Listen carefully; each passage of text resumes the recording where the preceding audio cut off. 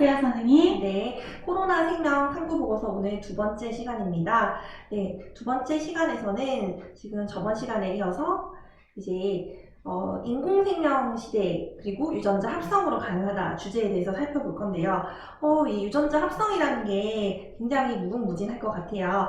이번에는 어떤 내용을 할지 정말 궁금합니다. 네, 인공생명 시대가 이제 조금씩 이제 저희들이 다가오고 있잖아요. 그죠? 있는데, 이제 그 중에서 이제 다양한 것들로 저희들이 볼 수 있지만은 이제 유전자 합성이 제일 필요할 것 같고요. 그 다음에 사실 지금 코로나 바이러스 때문에 이제 많은 연구들이 이루어지는데, 이제 이것도 유전자에 관한 연구들이 많이 필요할 것 같습니다. 네, 인공합성세포라고 하는데 이 인공합성세포가 무엇인지 그리고 인공합성세포가 탄생했다는 게 어떤 의미가 있는지 궁금합니다.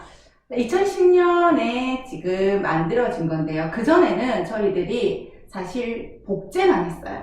똑같은 걸 만드는 거죠. 네네, 저도 돌리 들어본 적 네, 있습니다. 그렇죠. 그래서 저희들이 돌리라는 양을 본 적이 있는데, 그거 정도밖에는 저희들이 안 됐어요. 그런데 이제 2010년 5월에 크레이크턴 벤터 박사가 이제 인공유전자를 이용해서 인공합성 세포를 탄생시키게 된 거죠. 네, 그러면 이제 이 과정에서도 굉장히 많은 노력을 했다라고 합니다. 실험이 저희들이 알다시피 하나로 한 번에 두 번에 이렇게 되는 게 아니다 보니까 그 많은 데이터를 구성하기 위해서 힘들었던 거죠. 네, 저번 시간에 쌤이 보았을 때 저희들이 빅데이터에 대해서도 이야기를 나눴었는데요. 네. 이렇게 수많은 실험을 하기 위해서 저도 그런 기사를 본 적이 있어요. 코로나 지금 이번에 바이러스 관련해서 원래는 엄청 시간이 많이 걸리는데 이 인공지능과 빅데이터를 이용해서 그 실험 시간을 단축했다는 걸 본 적이 있습니다.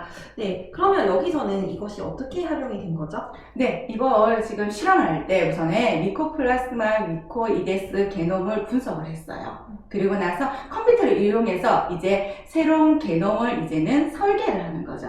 네, 그럼 복제가 아니라 새롭게 설계를 또 해주는 거죠. 그러고 나서 저희들 아시다시피 DNA, 유전 물질을 다 가지고 있죠. 네. 그 유전 물질을 가지고 있는 DNA 조각을 합성한 후에 효모에 넣어서 다시 또 조립을 한 거죠. 설계를 하고, 합성을 하고, 그 다음에 효모에서 조립을 했죠. 그리고 나서 이제 조립된 합성 게놈을 이제 앞에 게놈이 제거된 미코플라스마 카리콜롬에 다시 삽입을 해서 이것들이 이제 계속 분석을 하는 거죠. 분열을 하는지 안 하는지를 보다 보니까는 이제 여기서 이제 새로운 인공합성 세포가 만들어지고 했다라는 게 이제 나오게 된 겁니다. 네. 그래서 그러면 인공합성 세포가 만들어진다는 건 어떠한 의미가 있는 건가요? 네, 이렇게 인공합성 세포가 만들어진다라면은 이제 다양한 뭐든지를 우리가 만들 수 있는 거죠. 여기처럼 이제 새로운 설계를 해서 유전자에 대한 설계를 해서 거기에 이제 주입을 시킨다라면 다양한 것들을 만들 수 있기 때문에 지금 특히나 코로나 바이러스처럼 변이가 많은 것들은 이런 거를 만들어서 할 필요가 있는 거죠. 이거는 2010년도에 이 정도 지금 실험을 했고요. 이제 그때 이제 최초로 만들었다라고 이렇게 나와져 있고요. 최근에는 이제 기존에 있던 미생물과 다른 유전자 지조를 가진 미생물 합성에 성공을 했다라고 합니다. 그럼 원래 있던 것이 아니라 새로 이 합성을 성공해서 이제 새로운 이제 염기서열을 가지게 된 건가요? 네네, 그렇게 되어져 있습니다. 네, 이거는 이제 영국에서 나온 건데요. 이렇게 되다 보니까 이제 한 바이러스나 한 박테리아성 물질이라든지 이제 의약품에 다양하게 활용이 가능할 것이라고 지금 보고 있습니다. 선생님 말씀은 예전에는 정해진 용도밖에 사용을 못했는데 이제는 이것이 가진 것에 그치지 않고 어떤 목적이 있으면 그 목적에 맞춰서 저희가 새로운 염기서열을 만들 수 있는 거네요? 네네. 그래서 이거에 지금 저희들이 이제 크게 연구를 많이 하고 있는 게 지금 유전 암호들이 저희들이 4개가 있어요. 4개의 유전 암호들로 구성이 되어 있는 이 염기서열을 쭉 하다 보니까 빽빽히 하다 보니까는 A4 용지 DNA 이전체가 970쪽까지 나오는 다양한 것들을 다 만들어낼 수 있다는 거죠. 그러니까 거기서 이제 활용할 수 있는 범위들이 굉장히 많다라는 거죠. 예전에는 이제 만들었던 얘들은 크기가 조금 기존 크기보다는 작았어요. 그런데 이거는 지금 기존 크기와 비슷하게끔 그럼 활용도가 훨씬 네네, 높겠네요. 활용도가 굉장히 높을 거라고 저희들 보고 있습니다. 자, 그래서 이 실험을 할 때도 이 지금 과학자들이 제일 힘들었던 부분이 유전 명령 설계 과정을 하면서 중간에 실험이 실패했던 부분들, 이제 데이터가 잘 안 나왔던 부분들이 조금 힘이 들었다고 해줘요. 우선에 지금 전사를 지시해주는 과정들, 그러면 억제절 효소가 그때 되면 떨어져 나가요. 네, 그래서 RNA 중합 효소에 의해서 지금 상보적인 서열을 받는 RNA를 그 다음 생성을 시켜줘 주고, 그 다음에 전령 DNA를 만드는 거죠. 너 이렇게 해라. 아, 이렇게 라고, 네네. 지시를 내리는군요. 그렇죠. 네. 그러고 나서 RNA 염기 서열에 코돈을 형성을 해줘요. 자, 그럼 여기서 코돈은 암호라고 보시면 돼요. 아, 네, 유전자 암호라고 보시면 네. 돼요. 네네. 이렇게 형성을 해줘서, 그러면 이제 남아있는 코돈을 채취를 하는 거죠. 아까 저희들이 지금 DNA는 보통 저희들이 4개 아미노산 네. 종류의 4개 중에서 3개를 가지고 구성을 해요. 네. 그러면은 4개 중에 3개를 가지고 구성을 하면은 4, 4, 4. 네. 64개가 만들어지는 거죠. 그 중에서 지금 아미노산 종류를 결정하는 61개를 제외하고 3개가 남죠. 아, 네네. 네네. 그러네요. 그 3개를 가지고 다른 활동을 억제할 수 있는 코돈을 다시 제작해서 인공 미생물에 주입을 해주는 거죠. 그러면 저희가 목적으로 한 어떤 목적을 세우고 네. 알맞게 명령을 내릴 수 있어서 그거를 네. 이제 질병 치료나 질병을 막는 데 활용할 수 있게 되는 거네요. 네네. 그래서 이제 새로운 미생물이 만들어져서 음. 여기까지 하면서 크게 만들어진 거죠. 이제 여기서 저희들이 이제 중요한 거는 이제 기존의 미생물과 크기를 같이 하고 이제 운동을 할 수 있는 거 똑같이 움직여 줄 수 있다는 거죠. 아, 일단 정상 미생물과 새로운 미생물로 이제 정상 미생물처럼 움직이는 새로운 미생물을 만들 수 있다는 게 굉장히 시사적인 것 같습니다. 그리고 이제 기사에서 코로나 바이러스 유전자 지도가 완성됐다는 기사를 본 적이 있어요. 이거에 대해 조금 설명해 주실 수 있으실까요? 아, 그게 또 우리나라에서 최초로 발견을 했다고 하더라고요. 그래서 정말 너무 열정적인 것 같아서, 네, 그리고 사실 우리나라의 코로나 바이러스의 대처 능력이 세계적으로 네, 굉장히 이슈가 되고 그렇죠. 있잖아요. 네네네. 그렇게 되고 있는데, 지금 보면은 저희들이 뭐 앞에 의학 계열에서도 설명했던 다양한 이런 바이러스들을 싹 다 이제는 6개, 하나의 바이러스가 지금 들어오면 몇 개로 분리가 된다고 했더니? 6개. 예, 그렇죠. 6개로 이렇게 분리가 되는 거예요. 자, 이렇게 6개가 분리가 되는데, 그전에는 그것들을 다 연구를 하지를 못했는데, 나노포 직접 RNA 염기 분석법을 이용하다가 그 6개의 각자가 다 어떻게 변이가 되고 하는지를 다 분석을 해서 그걸 하나의 지도로 만들었던 거죠. 6개가 분할이 되는데, 원래는 이 6개가 분할이 되면 그거를 다 알기가 힘들었나요? 네네네, 그랬죠. 네. 아, 그런데 이 나노포어 직접 RNA 염기 분석법을 이용하면 이 6개가 어떻게 전이가 되고 변이가 네. 되는지를 알 수 있게 되는 거네요. 그러면 우리가 이 코로나 바이러스 유전자 지도를 완성한다는 것은 어떤 의미가 있나요? 네, 이렇게 되어져 주면은 유전자의 위치라든지 확인되지 않았던 RNA까지 다 확인이 가능한 거죠. 네, 그래서 이 RNA 화학적 변형이 어디에서 일어나는지 지금 현재 최소 41곳까지 그러다 보니까는 증세가 다 다르고 또 약이 쓰이는 게 다 다르다라는 거죠. 아, 지금 그래서 현재. 증세가 다른 거군요. 네네네. 그럴 수도 있다라는 거죠. 그러고 나서 이것들을 이용해서 다양한 이제 자기한테 맞는 그리고 이제 바이러스 치료제가 만들어질 수 있는 거죠. 아, 이제 유전자 지도가 만들어지니까 증상이 다양하고 이 증상에 따라서 알맞은 치료제를 만들 수 있군요. 네네. 네. 그래서 지금 저희들이 지금 생명계에서 제일 핫한 게 이 유전자 지도 완성이라고 지금 보고 있어요. 네, 이래서 지금 조만간 코로나 바이러스 치료제가 우리나라에서 만들어지지 않을까라는 그런 희망도 가지고 있습니다. 네.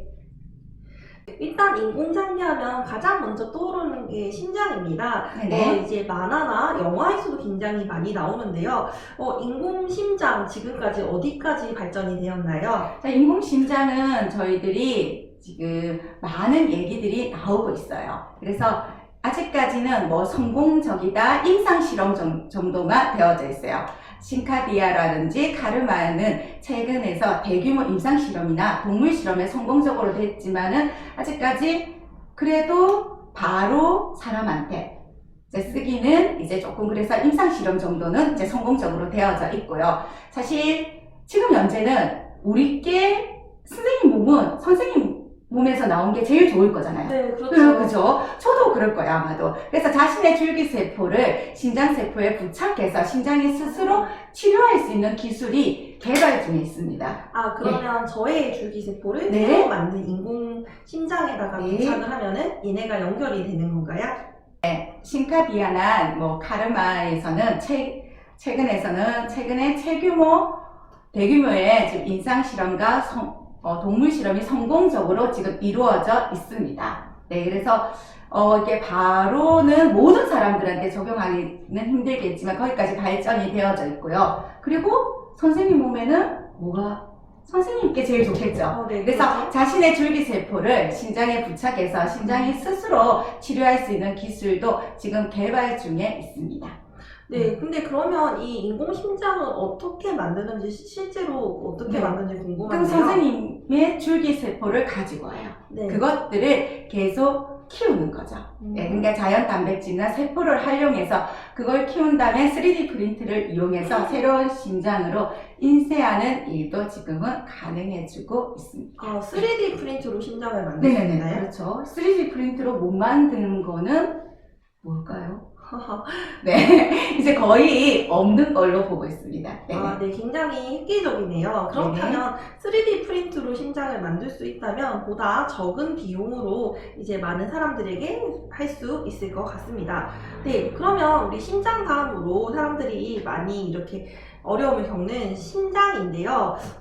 이 심장은 지금 어디까지 개발이 되었나요? 심장은 사실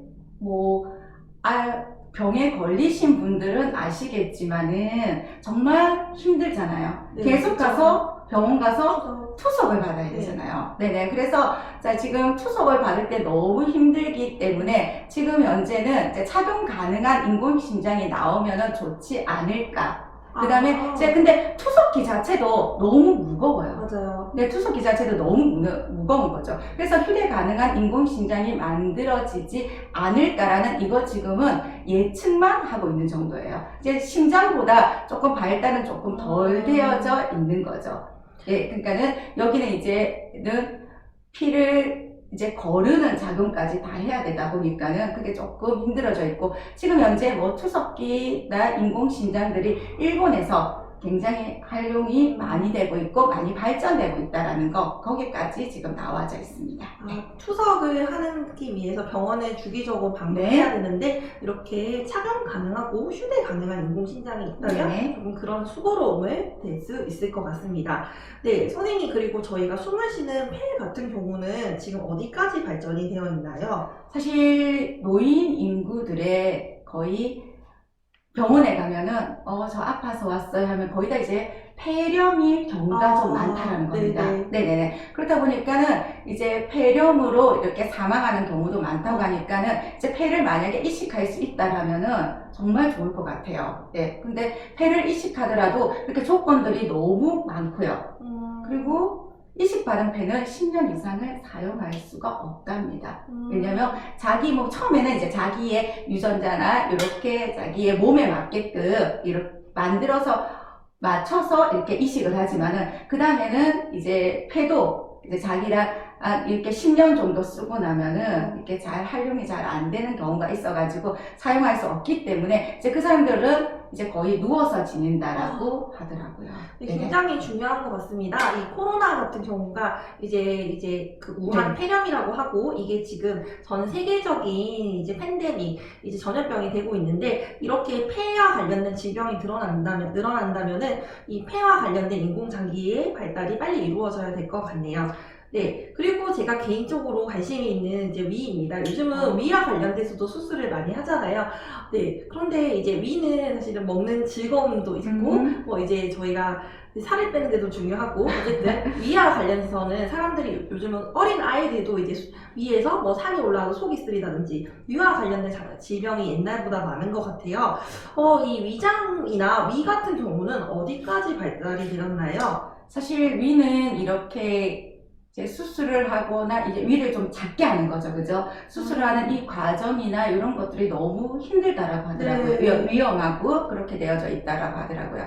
자, 우선에 지금 되어져 있는 경우는 2016년에 줄기세포기를 이용해서 자, 인간의 위를 조직을 활용해서 미니 위장을 만드는 데까지는 지금 현재 성공을 했습니다. 아, 그러면 미니 위장은 어디에 쓰일 수 있는 건가요? 그러니까는 저희들이 비만 치료라든지 선생님이 얘기하셨잖아요. 그죠? 위가 조금 작으면 덜 먹을 수 있으니까 우선에 비만 치료라든지 이런 데 조금 사용을 많이 하고 있습니다. 네. 아, 네, 굉장히 빨리 발전했으면 좋겠네요. 네. 그리고 이제 지금 이제 저희가 나이가 들면 들수록 많은 분들이 동안에 관심을 가지는데요. 그러다 보니까 피부에 대해서 남녀노소가 관심이 큰 것 같아요. 근데 저는 또 아까 3D 프린트로 신장도 만들어낸다고 말씀하셨는데요. 이 3D 프린트로 애기 같은 새로운 피부 같은 것들은 만들 수 없을까요? 네, 그것도 가능합니다. 우선에 바이오 잉크, 그냥 저희들이 보는 그냥 피부 재질이라고 보시면 돼요. 네네. 이걸 살아있는 세포를 사용해서 지금 3D 프린트를 이용해서 실제 가능한 피부를 인쇄해서 붙여져 주는 경우도 지금 활용이 되고 있습니다. 그러다 보니까는 화상을 입은 환자라든지, 네네네. 그런 환자에게 지금 쓰이고 있고요. 그리고 태양 에너지로 움직이는 전자손까지도 개발을 해줬는데, 이제 그 전자손에 이제 인공 피부가 들어갔어요. 네, 인공 피부가 들어갔는데 그 이제 손이 좀 더 저희들보다 손보다 더 부드럽게 이제 피부 자체가 재질들을 만들어줬고 좀 더 예민하게 것까지도 만들어져 있다라고 하는 거죠. 그렇게 보면 나중에는 로봇인지 사람인지 구별이 안 되는 피부까지도 만들 수 있다라고 합니다. 네, 저도 TV에서 네. 그 의수를 가진 분들을 많이 봤는데 네네. 사실 아직까지는 의수 부분들이 겉으로 보기 표가 많이 나요. 그런데 이런 피부 부분들이 발달을 한다면 그런 분들에게도 큰 도움이 되고 이런 부분이 그냥 생명이라고 생각을 했는데 실생활에 선생님이 말씀하신 대로 네네. 이제 화상을 당했거나 그런 컴플렉스가 있거나 혹시 조금 아픈 데가 있으면 굉장히 활용이 많이 될 것 같습니다. 네, 그리고 이제 영화에서 많이 보던 내용이잖아요. 조금 더 아까 포인트가 더 젊게 살 수 있다고 했는데 피부도 나왔지만 이거 말고 이제 또 요즘은 또 결혼을 늦게 하다 보니까 네, 임신 같은 경우도 노산이 많은데 항상 걱정이 됩니다. 이런 것들에 대해서 좀 더 뭐 장기나 어떤 다른 것들도 조금 젊게 살 수 있는 방법이 혹시 없을까요? 자, 그렇기 위해서 저희들이 지금 많이 연구하고 있는 부분이 크리스퍼 유전자 편집 기술을 많이 사용하고 있습니다. 아, 이게 그 유명한 크리스토퍼 유전자 잘 말씀하시는 거죠? 네네, 그걸 얘기하고 있습니다. 그래서 사실 중국에 이제 아기를 만든 게 있었죠, 그죠? 네, 유전자 가위를 이용해서. 자, 그러다 보니까 이게 사실 생명 윤리에 대한 문제들이 조금씩 많았습니다. 그래서 지금 현재는 이제 불임이라든지 선생님이 얘기하셨던 지금 문제들의 불임이라든지 이제 유산이라든지 전염병에 대해서 이걸 해결하는데 초점을 맞추어주고 있습니다. 네, 그렇게 되면은 저희들이 조금 이제 이런 질병들을 치료하는데 도움이 좀 되어져 줄 거고, 그 다음에 뭐 암세포라든지, 그 다음에 새로운 박테리아가 우리 신체에 들어갔을 때는 스스로 자살을 하게도 만들고요. 근데 코로나 바이러스가 스스로 자살을 하면은 그러면 정말 좋을 건데, 그죠? 네, 사람들이 좀 더 고통에 시달리지 않을 수 있겠네요. 네, 그리고 뭐 모기가 전파하는 질병을 없애는 실험들까지 지금 성공해지고 있습니다. 아, 이미 성공을 했군요. 네네, 이것들은 다시 성공한 케이스입니다. 네, 유전자 편집 기술과 관련해서는 선생님 말씀하신 대로 논란은 다소 있습니다. 하지만 이 또한 지금 발전이 이루어지고 있기 때문에 이에 대해 충분한 고민을 한다면 괜찮을 것 같고요. 네, 그리고 이제 이렇게 이렇게 불임 유산 유전병들이 치료된다면 평균 수명도 많이 올라갈 것 같아요. 뭐 지금 현재 평균 수명이 뭐 저희가 이제 90살까지 살 거다, 100살까지 살 거다 얘기하는데 이런 기술이 발전한다면 더 건강하게 오래 살 수 있을 것 같습니다. 선생님, 그런데 이런 유전자 그 치료를 이용해서 또 다르게 이제 좀 사용되는 예시는 없을까요? 유전자 치료는 다양하게 다 사용이 되어져 주고 있지만은 저희들한테는 조금 중요한 거는 심장질환의 치료라든지 자가 면역 질환 치료들에도 성공적으로 사용되고 있기 때문에 지금 저희들이 사실 자가 면역 치료를 하는 게 제일 좋잖아요. 그죠? 네, 자기 몸을 자기가 방어하는 능력들. 자, 이런 것들도 이제 유전자로서 치료가 가능하다라는 거. 네, 알겠습니다. 그럼 병원에 가지 않고도 이제 건강하게 살 수 있겠네요. 네, 선생님, 그리고 이 임플란트 관련해서도 이슈가 항상 많아요. 아무래도 평균 수명이 늘어나다 보니까 그렇게 된 것 같은데요. 임플란트는 어디까지 발전을 했나요? 자, 줄기세포를 앞에서 저희들이 잠깐 얘기를 했잖아요. 그죠? 선생님, 줄기세포를 가지고 다양하게 활용할 수 있다고. 자, 그래서 지금 수명을 연장하는 줄기세포 임플란트도 마찬가지로 저희들이 우선에 지금 실험한 내용들을 보면은 쥐에게 줄기세포를 이식을 해요.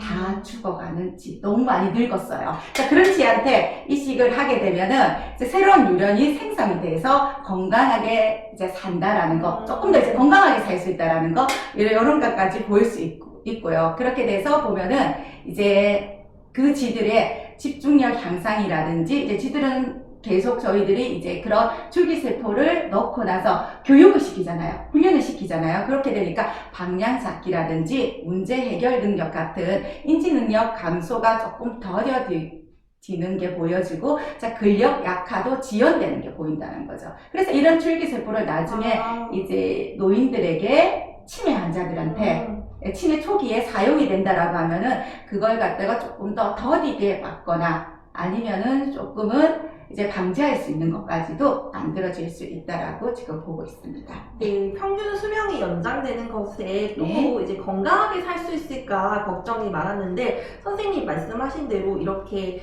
지혜 주입한 대로 건강하게 살 수 있다면 충분히 그런 걱정을 하지 않아도 될 것 같습니다. 네, 그리고 요즘은 이제 그 영화 같은 데서 보면은 100년 뒤에 깨어나도록 사람을 이렇게 냉동시키거나 그런 부분들도 본 적이 있어요. 실제 가능한 건가요? 가능하지 않을까요? 저는 저를 복제를 하나 시키고 싶어요. 네, 하나 시켜서 하나는 냉동을 시켜놓고 싶어요. 네, 그래서 시켜놔서 영화처럼 가능하다라면은 100년 후에 깨어나서요. 또 새로운 삶을 살지 않을까요? 근데 이 냉동이 어떠한 원리로 되는지 궁금해요. 네, 세포 냉동의 유리화 과정을 이렇게 보게 되면요. 우선에, 심장이나 폐 기능을 하는 기계를 이제 환자에게 연결을 시켜요. 이게 영화가 아니라 실제로 이거는 가능한 겁니다. 네네. 그래서 혈액 응고 방지대를 주입한 후 냉각이 시작이 되고 나죠. 그렇게 되면 낮은 온도에서는 혈액이 냉각되지 않고 냉각시키는 것이 아니라 흐르지 않도록 고정만 딱 시켜놓는 거죠. 그래가지고 그 조직 기관들을 다 보호하고 있습니다. 지금 현재는 이제 인간의 두뇌 크기 정도를 한 120도 정도 냉동하는 일에는 성공이 되었다라고 합니다. 네. 그러면 이렇게 이제 냉동화 되었다 나중에 정말 영화처럼 나중에 기술이 더 발달한다면 더 좋은 치료를 받을 수도 있을 것 같습니다. 네, 정말 이 생명 관련된 기술을 들으니까 저희가 영화에서 봤던 거짓말 같은 일들도 발달이 되는 것 같아서 너무 신기한데요. 이것이 그냥 생명에 그치지 않고 우리 삶에 직접적으로 영향을 줄 것 같습니다. 네, 선생님 간단하게 이제 생명 관련돼서 코로나와 이제 생명 관련 이슈들을 살펴보았는데요.